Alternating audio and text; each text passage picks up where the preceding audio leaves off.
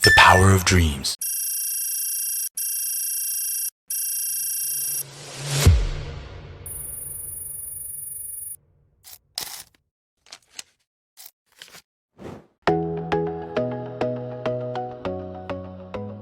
Sekarang Riko ada di Honda HR-V varian yang hybrid, teman-teman. Nah, kesan pertama ketika naik mobil ini, sebenarnya derungan mesin dari hybridnya ini yang Riko rasa candu banget ya. Karena kita biasa bawa mobil bensin, ngedengar suara kayak hybrid baterai itu tuh enak banget. Dan ketika kita masuk, kita ngerasa di bagian dashboardnya ini beda banget. Yang pertama adalah ada ekon yang warna hijau-hijau ini.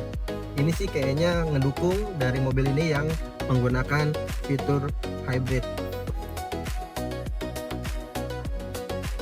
Nah, lalu di sini juga ada beberapa fitur yang tidak ada di varian bensin ya. Salah satunya dia punya mode Econ berkendara, ini ada 3 pilihan. Nah, ada 3 pilihan. Nanti di sini Riko tunjukin ada varian apa aja.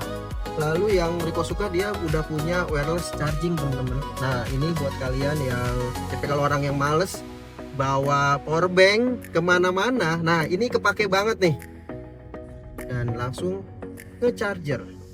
Asik sih. Nah, ini yang jadi notice sebenarnya. Kenapa sih kalau kalian beli hybrid ya, pasti yang dicari adalah keiritannya.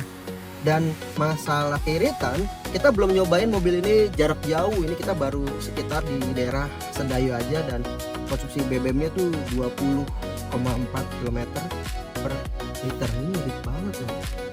Irit banget sih buat ukuran hybrid. Buat kalian yang takut beli mobil listrik, harganya nanti turun atau kedepannya after sales-nya belum jelas, sih sebenarnya hybrid Honda ini bisa jadi solusi buat teman-teman ya. Nah, yang punya hybrid ini dia ada HR-V, lalu ada CR-V, bahkan ada Stepwagon ya.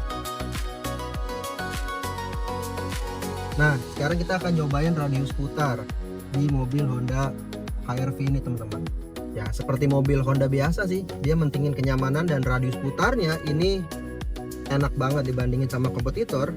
Mobil segede ini, radius putarnya tuh masih tergolong yang enak banget. Lalu mobil ini didukung oleh drive mode, teman-teman. Dia ada drive mode yang sport. Ini dia langsung warna merah ya, berubah jadi terlihat lebih sporty. Lalu ada yang normal buat kalian yang mau nyetirnya agak santai. Dan terakhir, nah ini ada drive mode Eco. Nah, ini buat kalian yang mau nyantai malam mingguan bareng sama pacar, bareng sama istri, pakai ini nih. Dan ini jauh lebih irit konsumsi bahan bakarnya, teman-teman. Nah, jadi ada satu hal yang Riko notice. Tadi kan kita turun pakai mobil kita Honda City Hatchback, dan kita lewat sini di rute yang sama. Ternyata keadaan jalan itu kan pakai popping block. Ternyata popping blocknya ini jauh lebih nyaman pakai Honda yang HR-V yang hybrid loh. Ini asli. Nggak tahu ya kenapa ya. Apa mungkin karena kita pakai mobil itu bannya udah kita ganti pelek jadi kering 17 dan agak nggak standar.